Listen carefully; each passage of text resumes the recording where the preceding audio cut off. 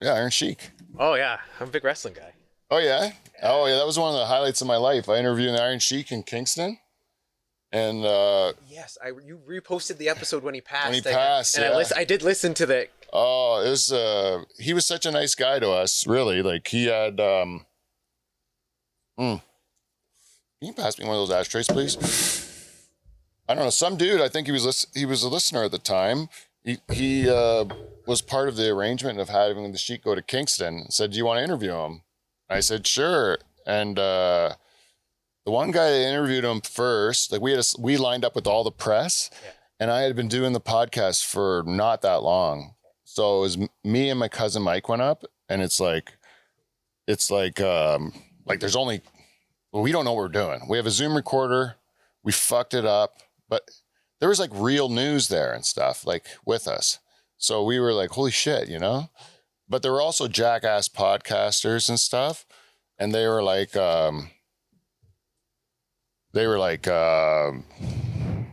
doing like dressed up like Ric Flair, and they were like wooing at the Iron Sheik and like trying to get a rise out of him and stuff. And he was like, they're a bunch of jackasses.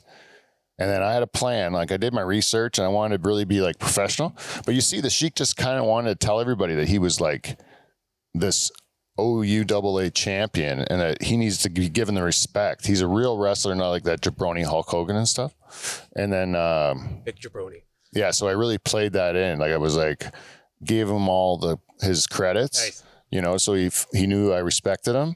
And then he called me a very intelligent man. And then we actually went, if you see how he rode on that, Yeah. he was so tired because the whole day they had him like wheeling around everywhere. And my cousin Mike had to like hold his hand to basically finish writing it because he made him write like a novel about the Dutch Hall or whatever. But the Iron Sheik was cool. And then Jake the Snake, I opened for Jake the Snake one time in Tilsonburg. Oh really? Yeah. That's cool. He was cool too. Jake the Snake, great storyteller, actually. Great storyteller. He told a good story about Macho Man and Rick Rude. He told a story about Rick Rude where I think his Rick Rude was going to kiss Jake the Snake's girlfriend. Okay. And because you know how Rick Rude would go in the audience and kiss a girl? Yeah.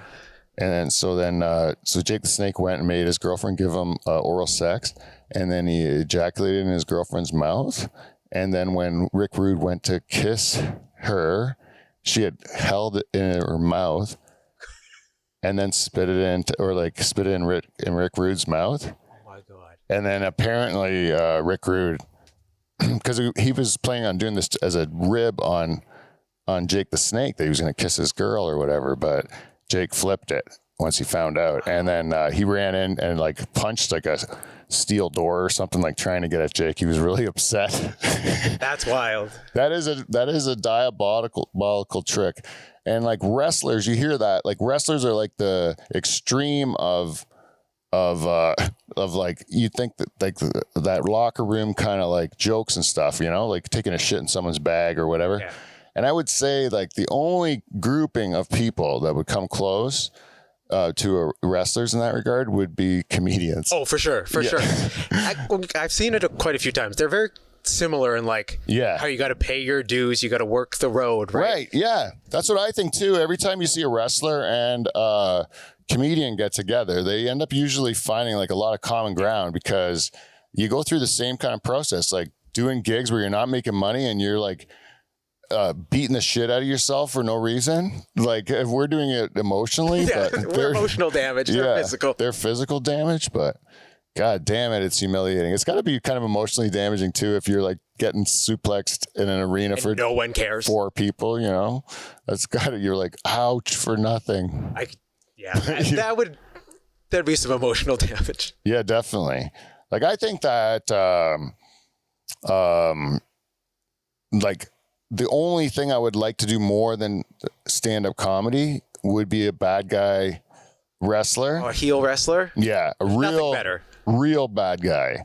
Like I love the Andy Kaufman, like Tony Clifton character, where he's like he gets to be bad on purpose. Like to me, that's almost like as much fun as getting laughs if you could get a whole crowd to hate you. Yeah. That's so fun.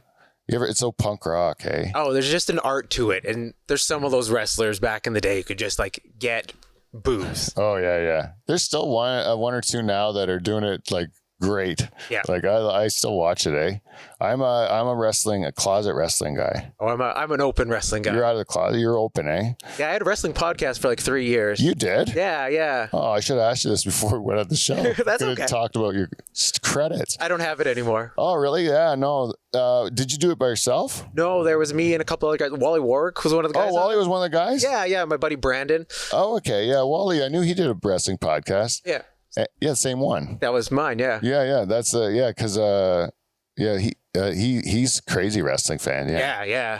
I am too, man. But I kind of hide it because I've been made to believe that it's white trash. But guess what? I might be white trash. I think we're all a little trashy, Pete. Yeah, we're all degrees, eh? It's like your degrees of autistic, your degrees. I think everything's like a degree, you know, like your degrees of gay. You know, like you're not 100% straight. You're not 100% gay. Like I wouldn't feel like I would hug a person if I cared for them, even if they were a man. Yeah. That would be more gay than, say, my brother. Like he would probably not do that. You know. Okay. You know, so like there's degrees, like what I'm saying. Gender, even. I think we express masculine tendencies and feminine tendencies, right? So we're kind of both man and woman, right? Oh, for fuck, I think I forgot my jokes. But and then we have what was the other degrees that we were talking about? Where do we start? Wrestling. Yeah, there are degrees degrees of white trash. Yeah. So I decided to put myself in a checkbox. So you say NASCAR, white trash, right? NASCAR, right? Yeah. I like it. There you go. I don't. You don't, right? No. So I'm more white trash right there. So that's a point for me. I should put that in. I should give the point to you for being a white trash for not being white trash, but I got it for being trash. Okay. So we'll have to reset after the show starts. But this is just an official white trash counter. Okay. And then we'll do the other thing. So white trash. What's another white trash thing? We would both get like wrestling. We both are wrestling. Yeah. Very trash. That's a point apiece. So now it's like 2-1. Do you... Oh, tattoos. I got a bunch, yeah. Okay, I have none. Yeah. So that's a 2-2. Okay. Right? What other would make you... Do you have... What makes you white trash? Do you have a broken down car on your property? I don't. Neither do I, damn it. Something burnt? Broken home? Your whole home's broken? Is your... No. Oh, like your family's broken. Yeah. Does that make you trash? It used to. You used to, maybe, yeah. Is your family broken? Divorced, yeah. That does give you a point. Okay. I'm just finding ways to get me points. Yeah, you end up beating me on that one. I had a stable family life. My family loved each other. Yeah, damn it, yeah. I don't know, it must be like part Mexican or something. So, no, wait. What if you're poor?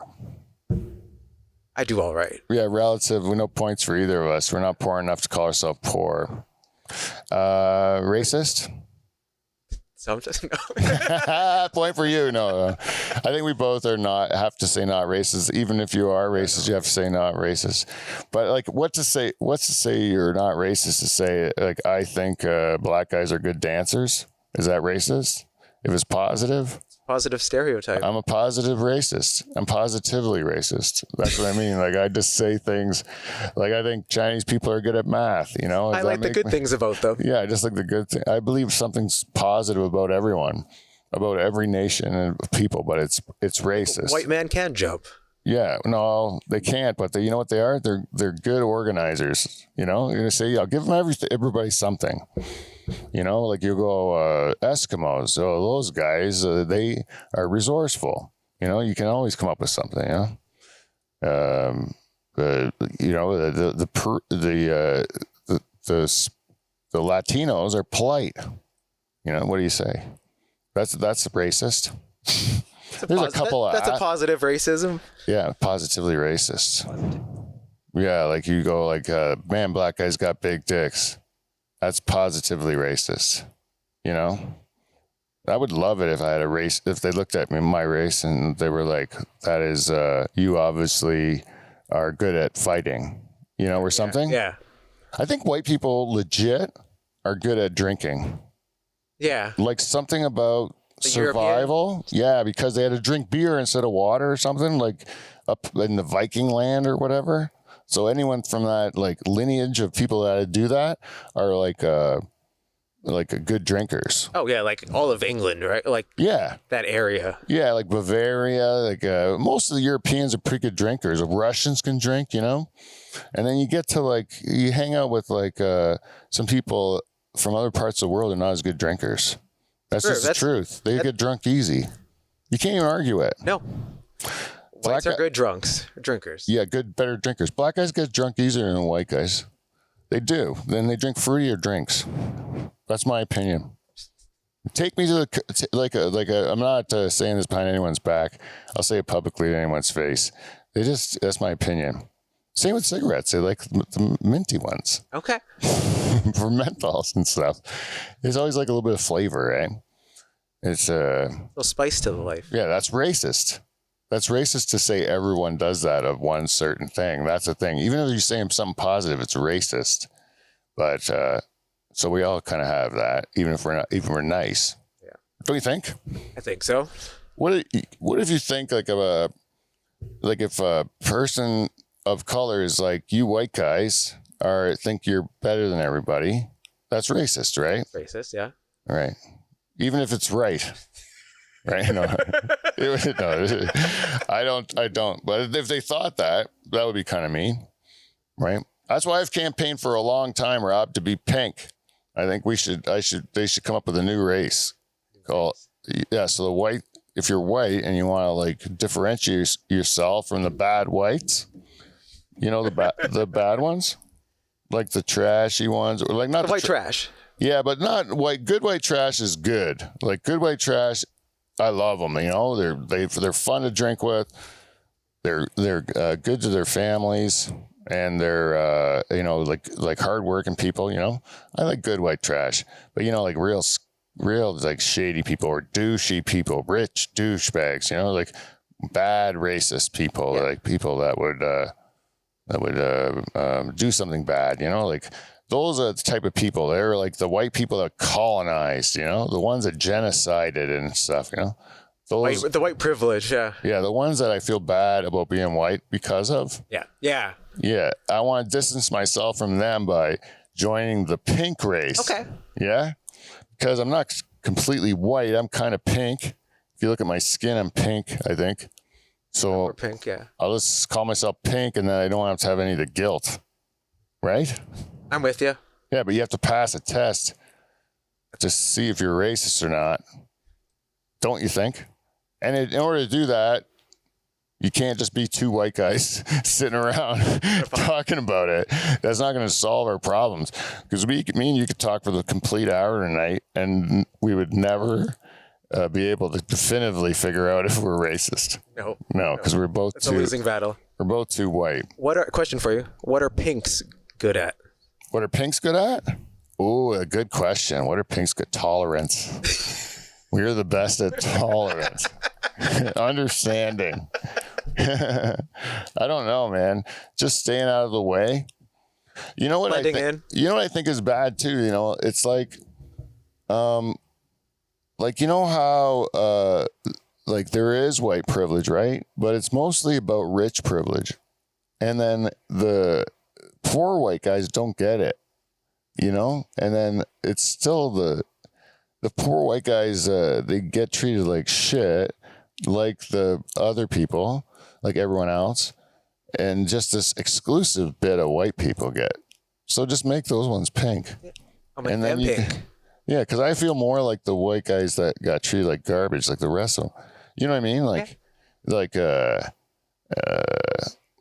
I try not to pay taxes. You know what I mean? You know what I'm saying? That's what the white people do well. They don't pay their taxes. No, that's what the bad, like the good ones, I think. I don't know what I'm trying to say. But what I'm trying to say is that I think I'm pink. Anyways, I'm trying to put this thing together. Let's see if we can get it going tonight, Rob. All right. We should get this show started. This has just been chatter, but it's not a real show until we do this thing, that we call, where are you, man? The theme song.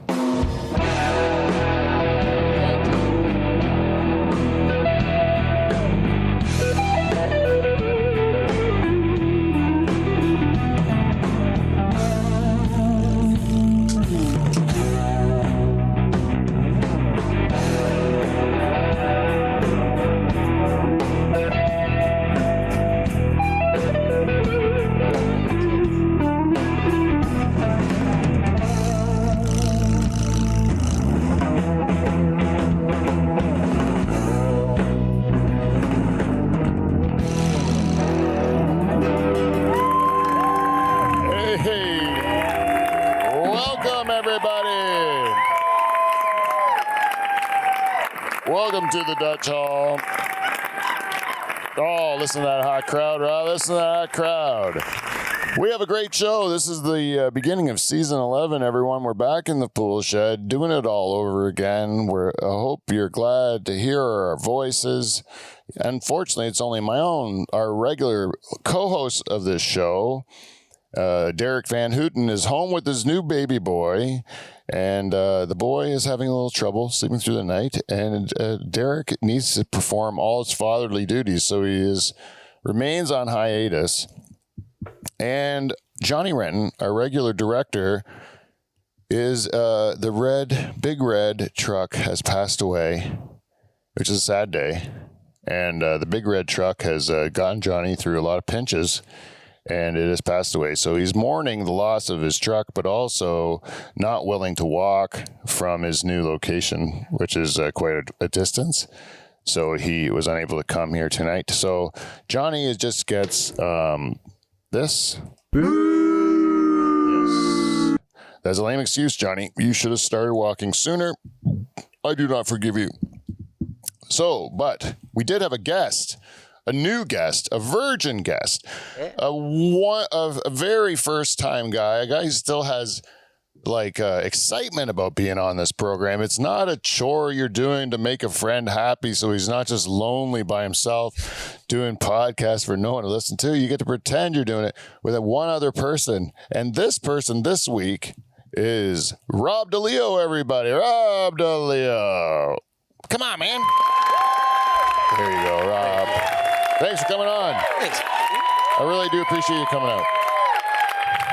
All right, enough for Rob. He doesn't deserve that. He's his first time on. And I am your host of this show, and two-time, you're supposed to say two-time. Two-time. President's Club Award winner, Pete Van Dyke. There, the rest of it for me there. Thank you. And season 11. So season 11 has started, and I made a promise that every show is a game show. So far, it's 3-2 for Rob. The white trash game ended up heating up. Started to turn out pretty good. Okay. It's only part of it, because you'll now be awarded points arbitrarily for other things. Okay. Your white trashness is not the only reason you will get points on this program. Okay. It can be for a myriad of other reasons, and there's always the secret word. Okay. Which the secret word, of course, I told the audience before the program, before you got on, I said the secret word is, and I spouted it into the camera. And I didn't just do that at the end of the show and then splice it into the beginning. I did it at the beginning. And then, so if you say it, then there will be some sort of fanfare. Oh, okay. You don't know what the secret word is, but if you say it, then you're going to get a prize from Clean Flow, our sponsor of this program, Clean Flow. And while we're at it, Rob, if you don't mind, did I introduce myself? I did.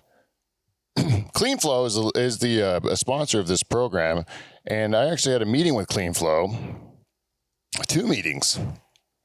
One of the representatives from Clean Flow came to my comedy show as well, and I was quite happy to see him. And what Clean Flow told me is that they would like me on this program. And as the sponsor of our program, they can tell me whatever they want to do, and I will do it. So they wanted me to bring back another sponsor, which is an odd request. So they have flipped the bill for us to bring back an old sponsor of this program. I'm happy to bring them back. I'm sorry, I'm really setting this up, Rob, because I want to make sure the audience knows this is a big deal. This is something that hasn't happened since pre-pandemic, Rob. Pre-pandemic, big deal. Big deal. After long-awaited return, I am happy to announce that we are bringing back Van Dyke Party Services. Hooray, everyone. Come on. Look at that. Yeah, that's what we needed. What is Van Dyke Party Services, Rob? Well, let me tell you what it is. It's if you want to have a good time, you like to have a good time? I love to have a good time. You have a bunch of friends who also like to have a good time? I think so. And sometimes you ever get together with them and you're not having a good time? And you're just like, these guys are a bunch of pear-shaped losers. And maybe I should invite fun people to hang out with me instead of these square pieces of shit. And then, just call Van Dyke Party Services and we'll send you between 5 and 29 Van Dyke first cousins. And they'll come there in bright yellow jackets and you're going to have the time of your life.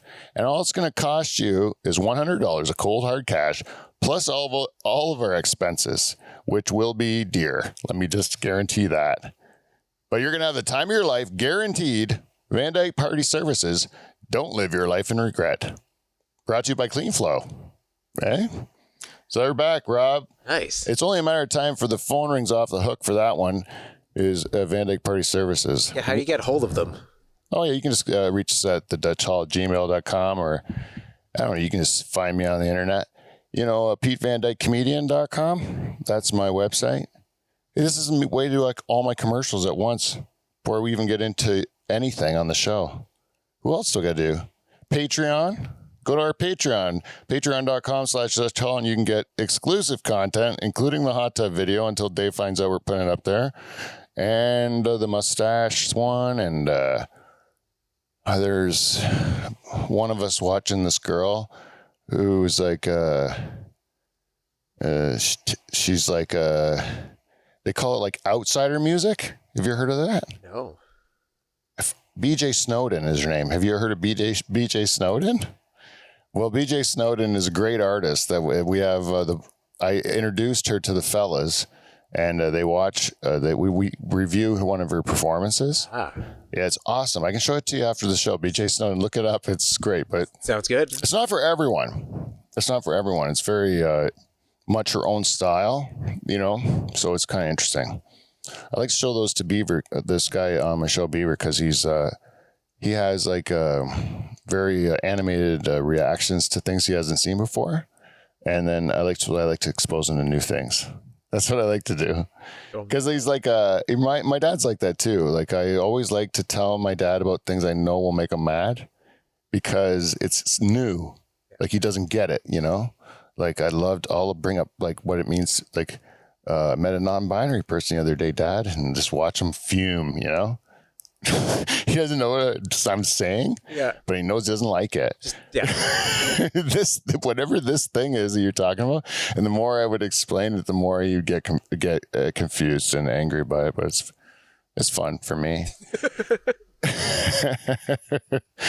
You get like, I don't want to get to that age, man. Do you like where you get to an age where you're like, if you don't keep up, like if you don't maintain friends with young people, I think this is what it is. Is that what? Like I'm lucky to be a comedian because I get to hang out with younger people, so a lot of my friends who are like the same age as me in comedy are like 30, Yeah. Like they started when they were 20. I started when I was 40, like, right. So like, it's like so I do have friends that are that age, and that makes me understand young people a lot better. Yeah. Plus and then my kids are 10 years younger than that. Like they're 20. So then, I get to know them too, but like if you're not a comedian or like, how do you, yeah, if you're just in a bubble where you're going to work or hanging out with people at your age all the time, and then you just no one's giving you a memo about how society changed, or what the issues of like half of the population are, that you're just like on the other side of the hill of giving a shit about, Oh yeah, you got your own stuff to worry about. Yeah, you're just worrying about like paying the bills and eating and stuff. And then all of a sudden they came up with new things and you don't know about it, right? And then everyone's mad at you because you're an idiot. You're asking questions, right? And you're like, I'm supposed to know what all these things are, like. And then we figure it out pretty quick. It's only an issue until you figure it out, and then it's not.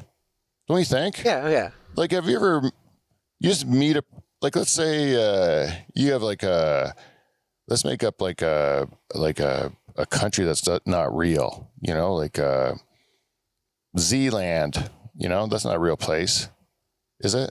Well, there's New Zealand. Yeah, the old one is what I'm talking about. The old Zealand. Yeah, those old Zealanders are just garbage, right? Like, you think that because one time one took a shit on your lawn or something, You're like mad because some fucking old Zealander came and took a dump on your grass. And so then you think, oh, those old Zealanders, they're like animals, They just poop on your lawn. It's the racism, Pete. Yeah, I know, but you just base it on that one guy, right? And then you realize, like, you meet two guys, and that second guy goes, you know what? I've never pooped on a lawn in my life. That guy must have been out of his mind, And you realize, oh, it's just people. Some of them poop on lawns, and some of them don't.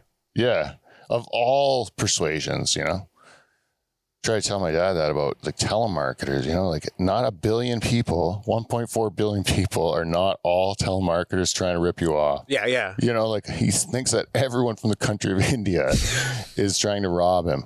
I'm like, no. There are people in every country that do good things and bad things. Some people, they just have a job. Yeah. It's crazy, right? You know what I noticed about, I don't know why this whole thing's about racism, because I don't really talk about race very much, but there was this one show I did about meet a Muslim, and I had on a Muslim drywaller. Okay. Right. So we drank beers with him. Right. Because at the time, like, as part of the show. Yeah, it was an episode of the Dutch Hall. Oh, okay. And so we had in this Muslim guy to ask him questions because we didn't know much about the religion. Right. And the guy told us all this great information. And he's a good guy. And then we the whole kind of motivation was there's a lot of Islamophobia at the time. And we wanted to like just meet one of these people to show that's a regular guy. Just like there's nothing like different about about the fact that this guy happens to have a different faith. Right. Right. And so then I get a guy who's like listens to my show and says, I listened to that Meet a Muslim show that you put on, and you're right, they should all go back to their country. And I'm like, I never said that. Oh no. Yeah, I never said anything close to that. The whole point of it was the opposite of that. Yeah. But people just heard what they wanted, like they got, I don't know how they got whatever that out of what I was saying. Or just wanted to be angry. Yeah, like they just maybe saw the title and were in their own angry head for the whole thing, not listening, because it was the opposite of what we put out, But you can't really control what people do with what you say. Even if you say, like, if there's the one person on my feedback, I have to hit this. Probably Johnny hits that when I say feedback. But, I have to do it all. I'm doing everything this night, Rob. I'm a little discombobulated. I'm sorry, but And many times. I did want to talk to you about a few things. We're going to get into the interview. I'm just getting sidetracked because I'm excited to be doing podcasting again. And this is kind of like old school Dutch Hall where Pete just goes on rambles to try to fill time. And I'm going to be more disciplined now. Okay. I'm going to talk to our guest tonight, Rob Deleo. Now, Rob, you are, I got to tell you, as a comedian. Deleo. Yeah. I did that wrong twice already, so I'm sorry about that, Rob. Deleo. Yeah. What is that, Italian? Yeah. And is your mother and father Italian? No, just my dad's half. I'm only a quarter Italian. You're only a quarter Italian. And what's the rest of you? Quarter Irish, quarter German, and quarter Slovak, I think, something like that. All right, hey. That is a real mutt blend. Yeah, oh, yeah. Yeah, I'm just Canadian. Yeah, they'll give you good stock. I like it. We diagnosed Johnny. Do you know Johnny Renton? Yeah. And do you know what he is? No, I don't. Yeah, it's hard to guess, eh? Yeah, he's so like you can't even guess. Turns out he's German Italian. Okay. Yeah. I don't think I would have guessed that. Yeah, I wouldn't either. But the German is really Austrian, I think. Okay. Austrian Italian. His Austrian grandma was just like my Dutch grandma. I met her. Sweet lady. Nice. She was excited to meet me. Was she on the show? No, I just picked up Johnny to go to our gig. Oh, nice. Nice. She goes, can I meet him? Can I meet him? And I'm like, I want to meet your grandma. Like, I was excited to meet her too. I think Johnny was trying to keep us apart because he knew that there would be like sparks between us. And he didn't want that to happen. And I can't say there wasn't sparks. Johnny, you're good. You better keep your grandma away from me if you're listening to this. She's charming. But she did remind me a little bit too much of my grandma. Uh-oh. So I feel weird about making out with her.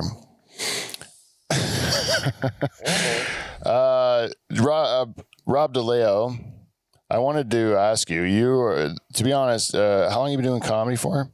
About 5 years. And at the beginning, when I met you, I found out you were you shared an occupation with me, that you were a dirty banker. I am. And I gotta admit, I distanced myself a little bit from you because people like you give me like PTSD from those days, you know? Yeah.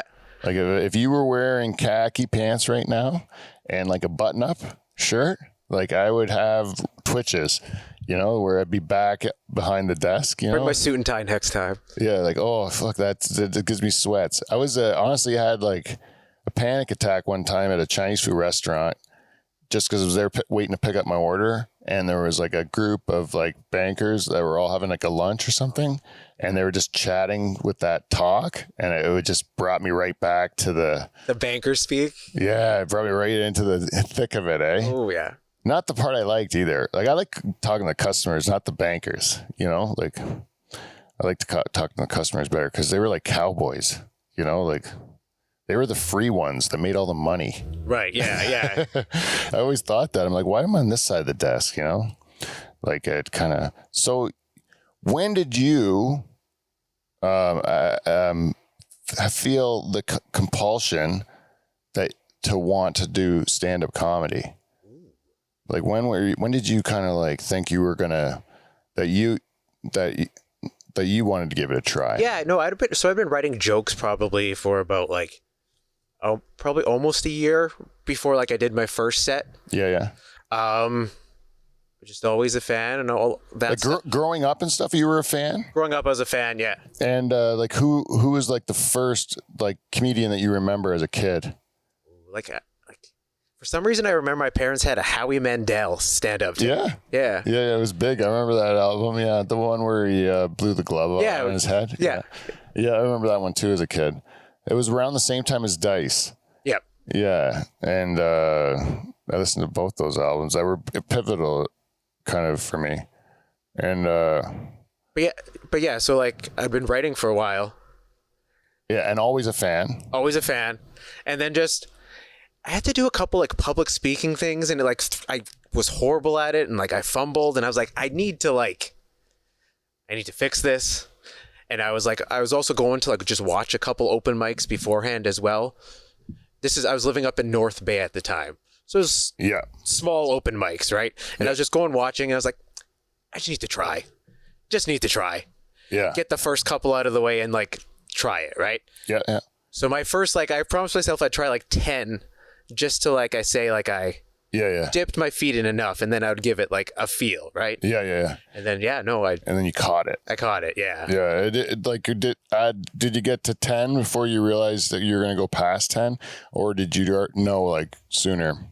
Yeah, probably around I want to say like 6 or 7. You're like I had like a decent set, not a great set by any means, but like a decent set for someone who had been doing it for a little, like very little. Yeah. I was like, okay, like I want to try this a little bit more. Yeah. It's like golf kind of, right?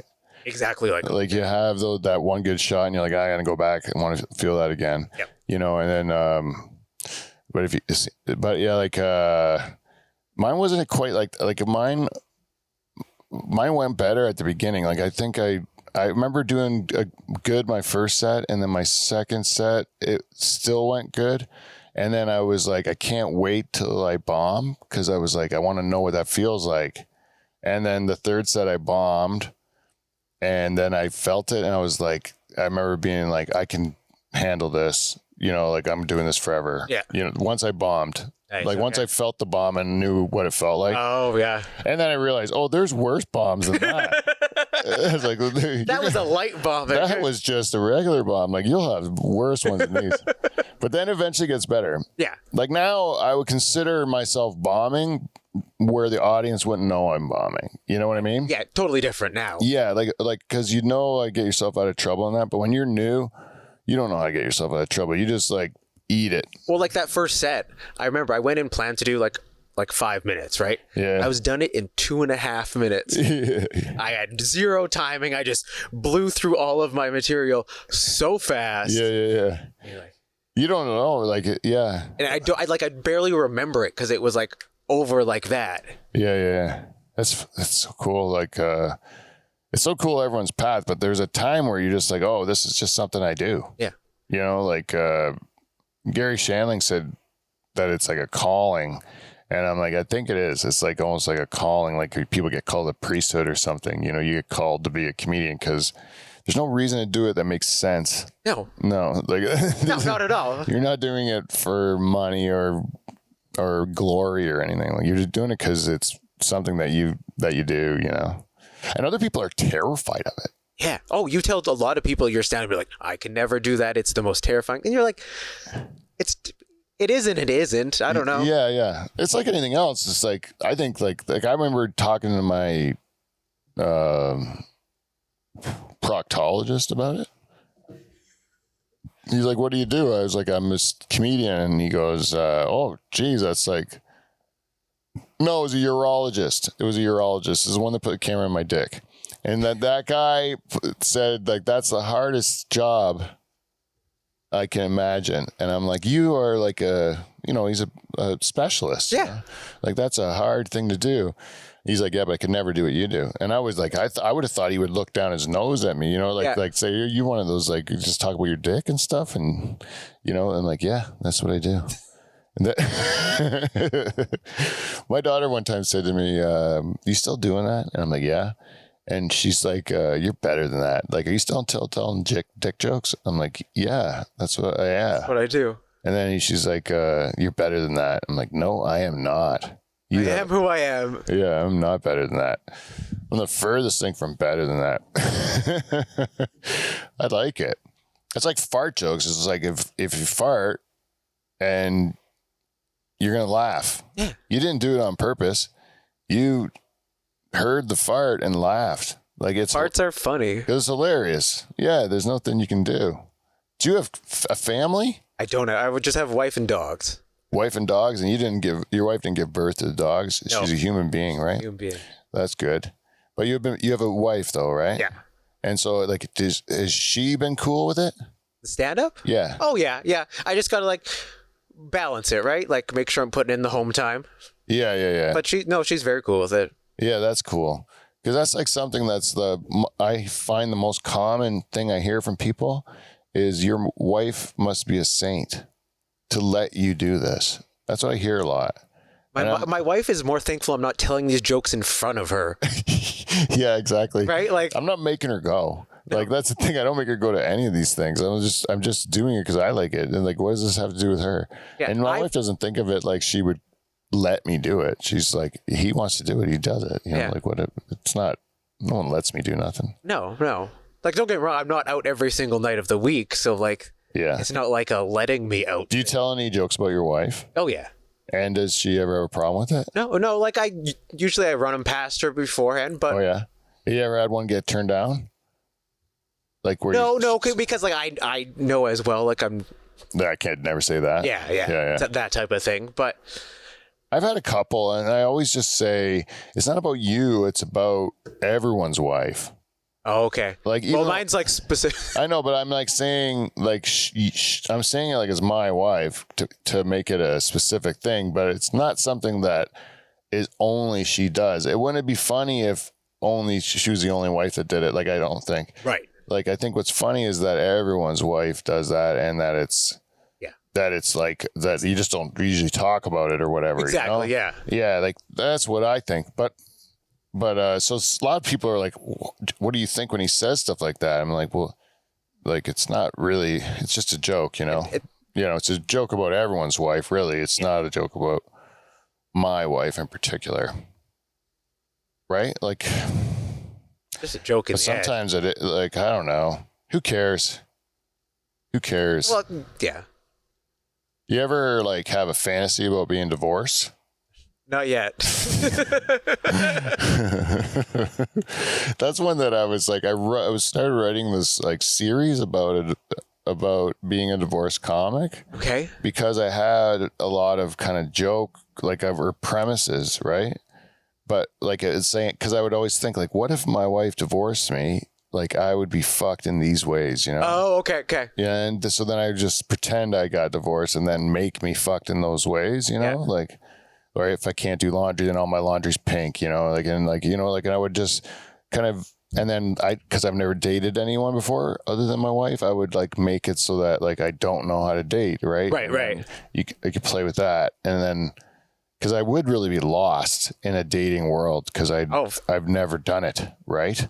And then I would hate it. I mean, I've done it, and I don't want to get back out there. Oh, I mean, it sounds terrible, no, right? Yeah, God no. I wouldn't want to do that ever. I can't even impress. I forgot you've never done that. Yeah. Never dated, like, and it takes people like a good half a year at least to get to like me. Like, they don't like me right off the hop. Right. I've been told I'm not approachable and off-putting. You know, like people are like they're repelled by me. Oh. Yeah. Is that like that? Well, I think we bonded right away over our financial backgrounds. So yeah, I couldn't believe there was another one, like another banker with a sense of humor, and you weren't like chased out with a torch and pitchfork. Yeah, I'd like to think I'm not like a traditional banker either. No, not traditional banker. No, and you know what? Beggars can't be choosers now either, right? No. That's the thing. Like, they just don't have enough to pick from because people don't want to do it the way they've got it set up that much anymore. So like, let me do it my way or I'm gone, and you'll be more fucked. And if you're half competent, right? Like, they want to keep you around. Yeah. It's a lot better that you're out telling, you know, jokes than, or, you know, like what would it take? It would have to get you fired. My own, like, without maybe customer information would be my only guess. Like, because you know, you say people get canceled. Yeah. Like, you have a job, right? So that's how you could get canceled. If you said something like super. Yeah, on stage. And it got recorded, but like people still have to see it. Yeah. Because I'm not. You would honestly have to be trying something kind of probably fucked up anyway, right? Like, because like the audiences weed out most of that stuff. Like, you can't even have a target with a joke anymore, like that, where it's remotely mean, like, unless it's yourself, right? You shouldn't. So like, or the audience will just feel bad for the victim of the joke, even if it's imaginary. They'll like get upset for the imaginary victim, you know? And so I think it's just important that we, I mean, it's not that it's right or wrong. It's just the way comedy's gone. Like, the audiences don't laugh as much for those kind of jokes. For sure. So as a comedian, we just notice they're not laughing. Don't tell them. Yep. You know? They're not buying what I'm selling. Yeah. So you move on to the next thing, or you recraft the same premise to make it more suitable so the audience enjoys it, and then you try it again, right? Like, that's the craft of it. Yeah. But yeah, if you get caught when you've took a wrong turn or misspoke, or, you know, like walk too close to the edge, and you would have something to lose, right? That's what I think. But like, at the same time, it has to be like somebody has to be filming it, then it has to get posted. Nobody's. Yeah, no one gives a shit about any of us, even if we try. We can be screaming from the rooftops, look at my set, look at my Right? set. No one gives a fuck. I know. My sister was one time on this show, and she just said something like, kind of like innocently, to try to raise money, because she was raising money for the place she worked. and they were not allowed to but she said she would get like a day off work if she like raised the most money or something. Okay. Which she couldn't say. Oh. And so very quickly she started getting in trouble for this. And then she asked me to take the episode down. I did. And then, but before I took the episode down, it got a huge amount of listens. And it turns out it was all people at my sister's work who like had this story. Like no one was listening to my podcast at the time. Like it was really like a bump in my listenership.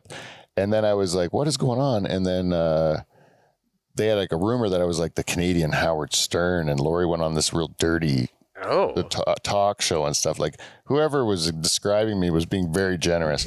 And then and so like my sister's just like on this show that literally no one would ever hear, and she got punished for it. It's like the worst luck ever. Like I felt so terrible for her because did she lose her job or no? Didn't lose the job. She just was. I think she lost maybe she's kicked out of the contest. She couldn't win the contest. I don't know. There was some repercussions. We're keeping your money, but you're going to the contest. Yeah. Anyways, there was some repercussions. I don't think she works there anymore, but that's her own choice. I don't even know, to be honest. But I know there was only 2 episodes where I had to where there was like actual backlash. And one time I did a dead baby joke, and it created a bit of a stir. Uh-oh. Yeah. I still argue about that at parties in Delhi sometimes when I run into this person. You really want to... I stand by my joke. I said it didn't give me an erection, Rob. It didn't give me an erection. There's a difference. Oy. I know.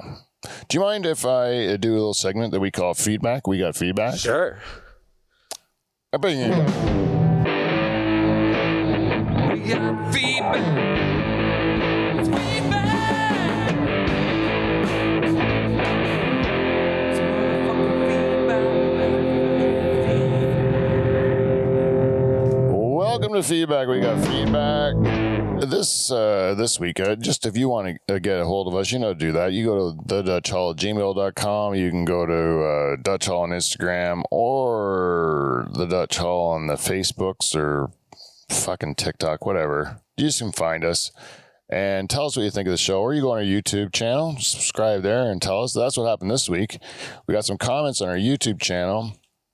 There's a lot of chit chat about the Peter North video, which is rising up the charts.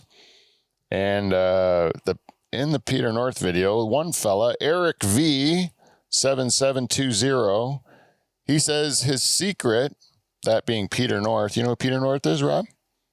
Is that a bit before your time? I think I know who Peter North is. Peter North is a Canadian porn star. Oh, I didn't know he was Canadian. Yeah, he's from Nova Scotia. Yeah. And Peter North was more in the 80s and 90s, known as the Load Man. He would produce an incredible amount of seminal fluid in order to create like a silly string type ejaculate that would lovely. That would a lot of times be put in slow motion and stuff, and you could see it like squirting across the room. It was just fantastic. It was artful. And anyways, he said he had a lot of secrets to do with his diet, and some of it was, of course, genetics. But this guy, Eric V 7720, he says that his secret, as relayed by Tommy Lee, was sticking an entire bundle of celery in a blender and drinking it like a smoothie the night before a shoot with a little pineapple juice to enhance the taste. Eh? It's a gentleman as well. And anyways, this guy, Eric V, he used the word like enhance the taste. He didn't say make it taste better, eh? This guy's like smart. And this is the type of listeners I got. Nice. Yeah. Eh? I just want to say that to you. And then on the other hand, on also on YouTube, we got Brett the Brat, who says, "Holy shit, this is bad. LOL. You guys come across like 2 window lickers that got left in the alternative school AV room." Oh. Which is alternative school? Is that for like people that are slower? Is that more of an England thing? I don't know. I think it that'd might be my guess. Yeah. He wasn't a fan of our show. So then I went into his thing and then I looked at his stuff, Brett the Brat, and I'm not a fan of his stuff either. No, you like Satan, I think. Oh. Yeah, so like I would say like window liquor, that's pretty accurate. Yeah. Yeah, like he's saying we seem like dummies, right? Like slow, like plodding dum-dums. I'm like, that's pretty accurate. Like a window licker, I don't take a lot of offense to it. We are pretty much two window lickers. Like he was talking, I don't even know who the other guy was he's talking about. But like, yeah, that's what you're watching, dickhead. This show is me. I'm an idiot. I don't have any skills. I can just see half the time my fucking video feed is flickering off. Like I'm a complete mess. You know it. I know it. Every person knows it. But we still watch it. Look, I just did it again by punching that thing. It went out. I want to see if I can fix it. Main properties. Bang. There you go. Back in business. Like an old Nintendo. You got to hit it a few times. Yeah. This thing is like it's a chitty chitty bang bang machine that makes a podcast run, and it's cooked up by a mad scientist who smokes too much weed. Do you not understand that's the Dutch Hall? It's taken me like 10 years to craft this vision of shittiness that has become my show. Enjoy it or fuck off, you know? Like that's I'm sorry, Rob. But please like and subscribe. Yeah, please like it and subscribe if you like it. But if you don't like it, lick my balls and subscribe. I don't give a fuck. Like seriously. But actually, thanks for helping the algorithm, Brett the Brat. Anyways, that has been feedback. We got feedback. Hit the stinger. And if you'd like, you can get a hold of us. That's it. Anyways, so Rob, you got anything coming up that you want to make people aware of? No, not too much lately. No, that's good. That's good. You don't want to be shilling your wares all the time. You came in just to be a good guy. Came in just to be a good friend. Yeah. Yeah. Thanks, man. Well, you know what? I might actually, if I got another game to play, okay. But I want to write these jokes because we've been off for so long that I've had just opportunities to write jokes. Okay. And then every time I've had a chance to record it or do anything, I've never been able to tell it. So I'm going to grab my jokes, then I'm going to read the jokes. We'll call it Dutch Hall News. And then you will say if it's good or bad joke. Okay.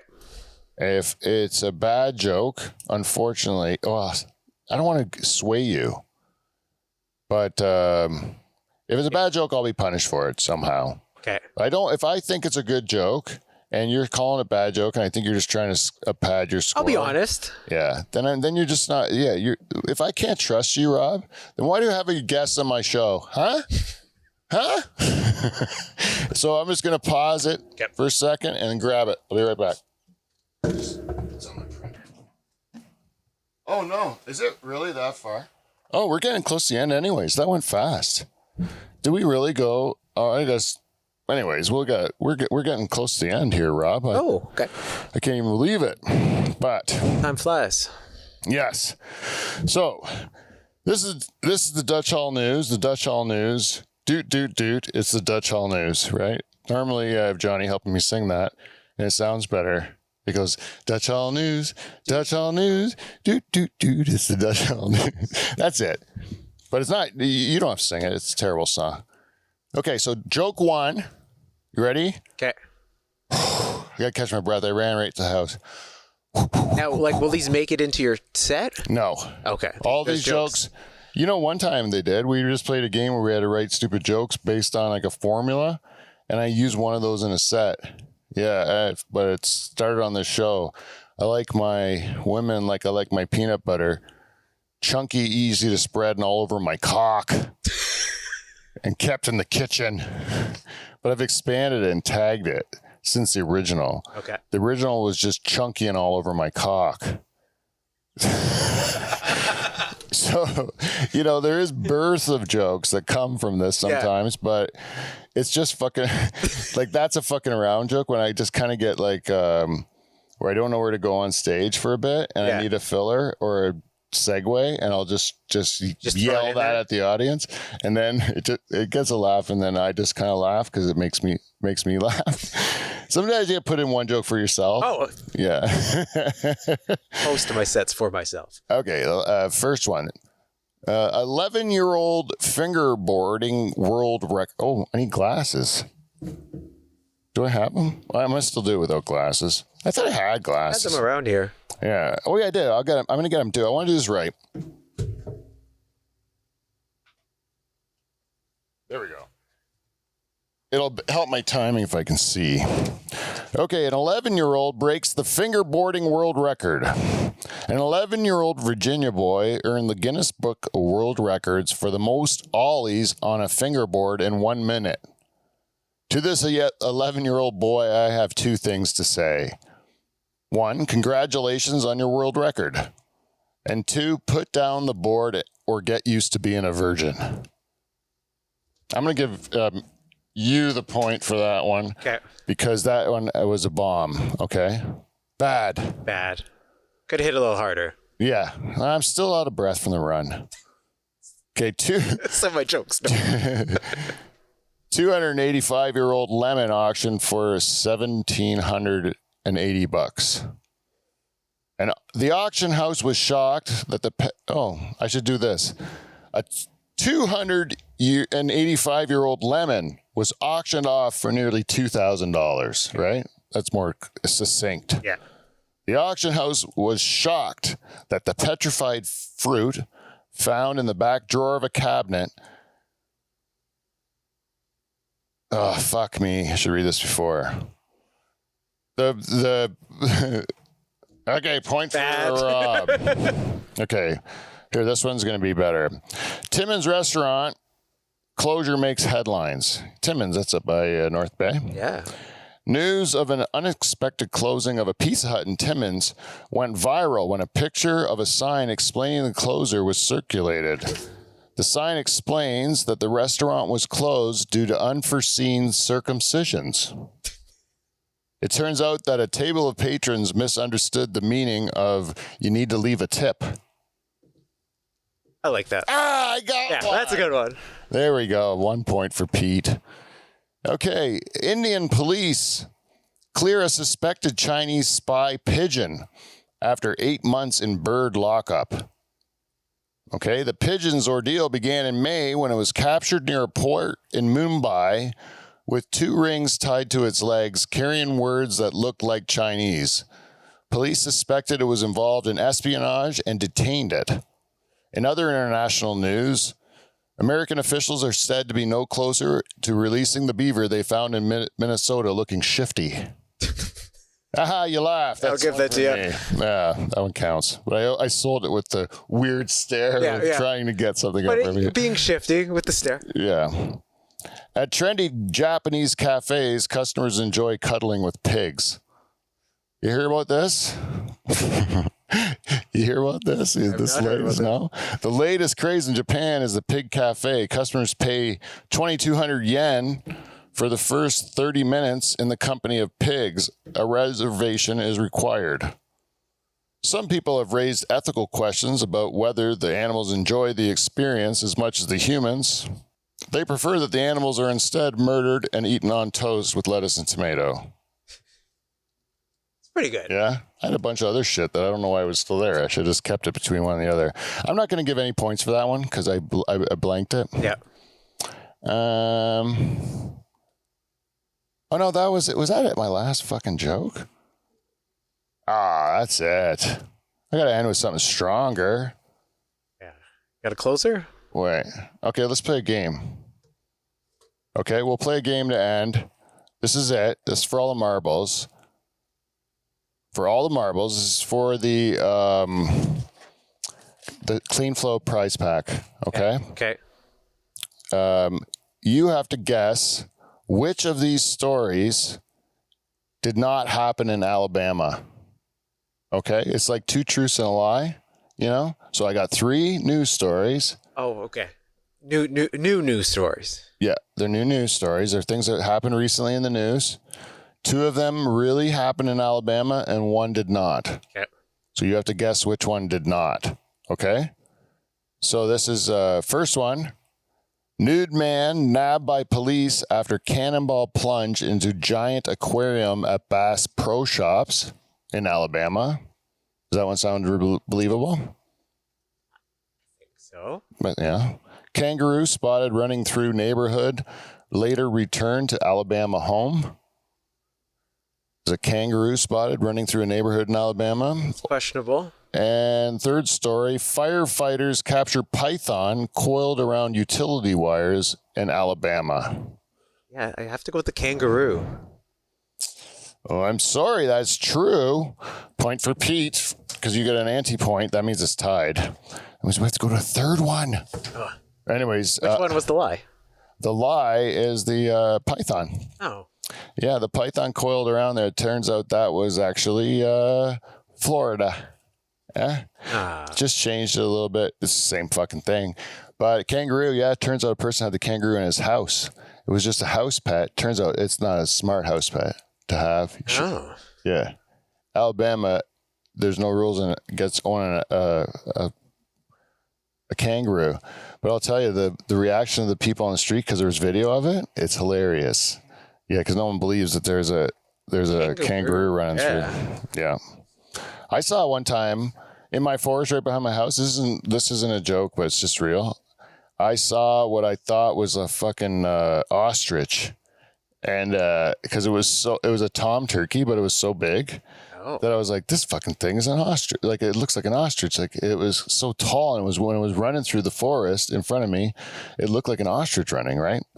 And then like a week later, I saw this thing, and I swear to God, it was a fucking kangaroo. But it was a huge jackrabbit. It was just an enormous jackrabbit. Oh, nice. But it looked so big. I never seen a rabbit that big that I thought it looked like a kangaroo.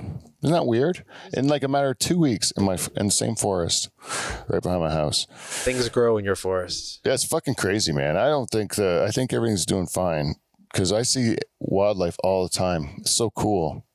I like it. But there's tons of coyotes lately. Howling, yeah, man. Did you get coyotes in Brantford? Not too bad. No? Got a lot of like everything else. Oh, yeah. You know, when I lived in LA, there was coyotes, like when you go for walks in your neighborhood. Like, I lived in Silver Lake, which is like in the hills. And you go for walks in the hills and you would just run into coyotes in the daytime. Oh. Like tons of coyotes in the neighborhood. You'd see them every day. But they just didn't care? They were scared of you, just same as I was scared of them. But I run into them all the time, and like I would never got not scared of them. Fucking like you still can't trust a wild animal. No. Yeah, they're pretty. But it was like they were so common, and because there was lots for them to eat. There was like a lot of animals eating fruit. So then, because there's fruit trees in people's yards and stuff, and then they would eat those animals. So it worked out good for them. It's just amazing how it's like when you go to New York or something, there's no animals. No. You know? Yeah, not at all. Yeah, and then you go to LA, you're in a big city like that. You think you're not going to have wildlife, but you have it everywhere. It's really kind of cool. That's why I like LA better, but that's the only thing I like better about it. You ever been? Been there once, but only for like a couple days. Yeah. After my wedding, I got married in Vegas. Oh yeah. Yeah. And then where? At the little chapel? No, not at the little chapel. yeah. It's a place called the Grove, so it's an actual like resort. Oh yeah. But then we honeymooned over in LA for like 4 days or something like that. Oh, that's cool. Yeah. I went and we got married at the little chapel one time. Nice. Yeah, it was my second wedding. Yeah. Same girl. Yeah. It was like 40th birthday, or her 40th birthday. Nice. Actually, we want to do that for my 40th. Oh yeah. Yeah. Yeah, we're at the little chapel too. Yeah. Yeah, it's fun, man. It was fun. We did a group wedding. There was like 4 of us, 4 couples that renewed our vows. Yeah. And we didn't know we were all religious. And then we all went up to the thing and they go, it's kind of a shakedown, just so you know, because they give you a deal for the package, but they don't tell you. Then they get the girls all like with flowers and shit at the back for the procession in, and they're all getting excited and stuff. And then the minister goes, okay, it's you have to tip between like $60 and $200, and it's a mandatory tip. We have to get the tip before the girls are allowed to start coming down the aisle. Like they really shake you down. That's Vegas. Yeah, and then all the guys who I told, like, it's just gonna cost you $75 or whatever it was, they were looking at me like, fuck, I was gonna pay this, you know. Then, so now they're mad at me. But the girls are all excited at the back. You can't really let them down. It's too late now because you're being cheap, you know. So then we all paid it. But then they go, do you want to be like a regular service or a Christian service? And all four of us, like at the same time, go Christian. Oh. And then I think we all kind of like were surprised ourselves. Like we didn't even know that we were Christian. It just came out, you know? Yeah. But I can't imagine having a wedding service though, being like, cause that's how I grew up, you know? Oh yeah, no, I'm not. Yeah. But yeah, we all said it. And I think we're all different religions. Oh. No, 2 Catholics. And then the other 2 were 2 different things, whatever they were, but other kinds of Christian. No, one was Orthodox and one was, who cares? Anyways, you got anything you want to talk about or anything they want to ask of me before we end the show? No, I don't think so. We didn't get to talk too much banking. We never did. Oh, well. We can do that next time. What do you mean, like, to talk about how you can stay? Or yeah, kind of. And because like I always think it's amazing. Like I left so I could do it, and you didn't. You were doing it and doing it, and I don't know if the times changed where they're more tolerant, or maybe I just built it up as that I couldn't do it. You know what? I don't think anyone cares. Yeah. Like, really, they don't. Like, yeah. In reality, they don't. I'm also not in a sales role either, so like my face isn't out there in front of customers. So, yeah. So like that might help a little bit. Yeah. Anyways, I'm glad I'm done. Yeah. It's not bad. I just can't. Like, I do get really scared about. Like, I do legit have PTSD. Really? About it. Yeah. It does give me the sweats big time. Oh no!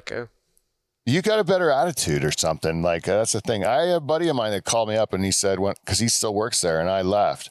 And he was like, you know what it is with us? We both recognize bullshit, but I don't let it bug me and you do. And that is kind of the difference. I couldn't let it go. Like, I just let the little things that are obviously bullshit become like deal breakers. But like any job has bullshit, right? Exactly. Exactly. So I think if you're finding that in whatever you're doing, you're not happy. Yeah. And so like, it's not really about what you think it is. It's just, you're not happy there and you need to go do something else. Yeah. But if you're happy, if you're like, usually the job's very little to do with your happiness. It's like you find your happiness at your job. Yeah. I agree with that, man. If I was a happier person, I would have enjoyed my job more. I think that now in hindsight, but I wasn't. Maybe it all leads you to where you're supposed to go, I think. 100%. Yeah. Yeah. I also had a bunch of shit jobs before I got there anyway. So like I knew that. Yeah. That's the thing about the jobs. Like, of all the jobs I quit, I'm happily burn all the bridges. Yeah. Like, happily, except for one. The one bridge, not that I would ever want to work there again, but I don't want to burn the bridge because I do appreciate what they did for me. Right. But I would hopefully never have to go back, you know, like, but I would, but I do appreciate it and they were at least like good, you know, like I was proud of the work I did and stuff, but 2 of the other like banks, I hated it. And I was ashamed that I worked at both of them. That's the truth. Nice. Yeah. One was only 4 days.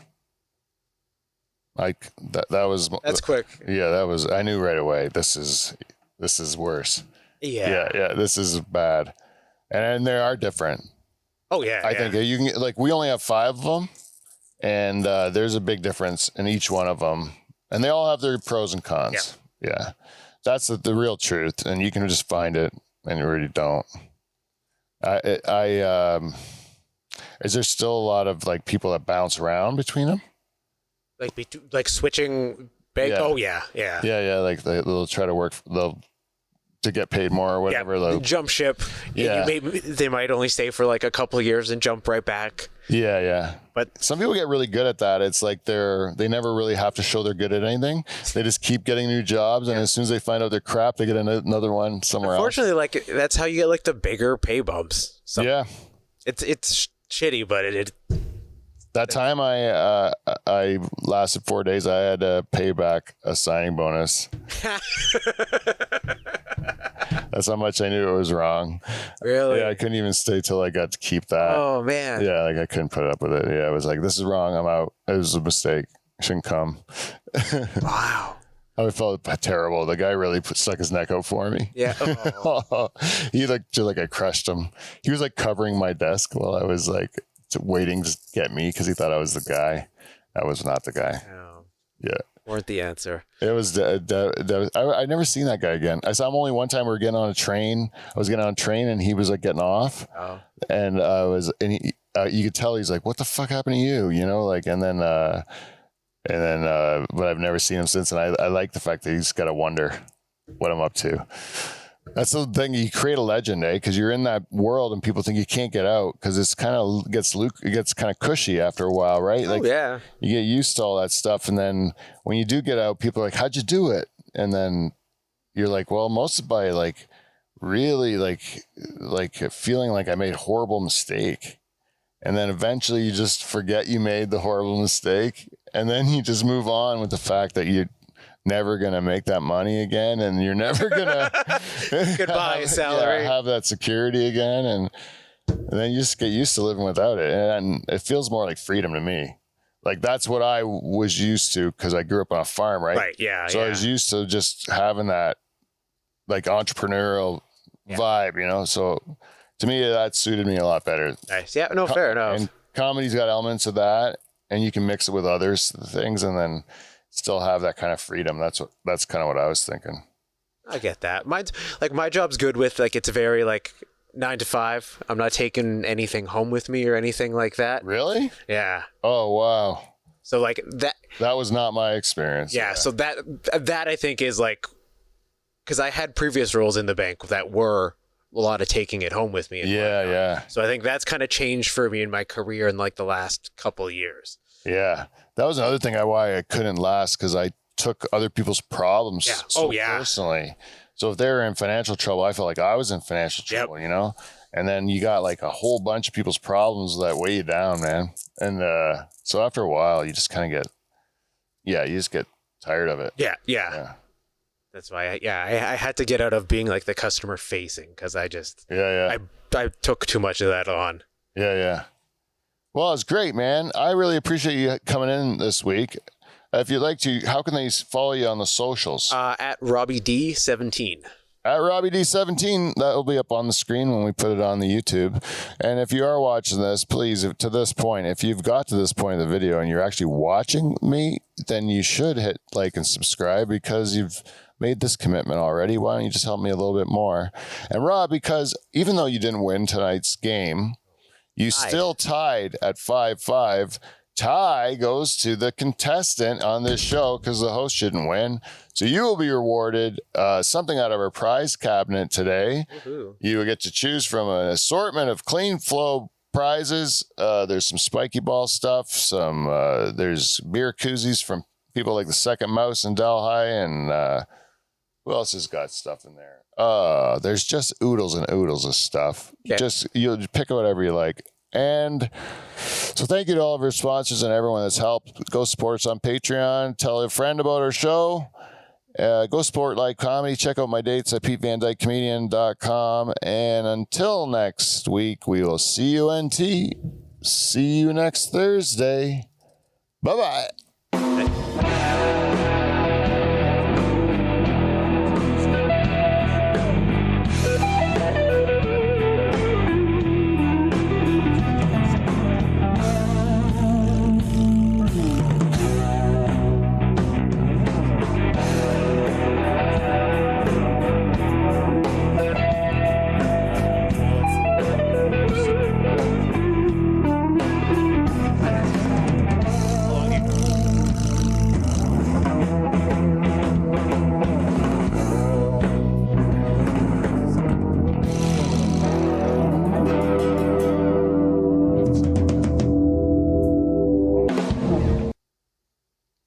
The secret word was pussy.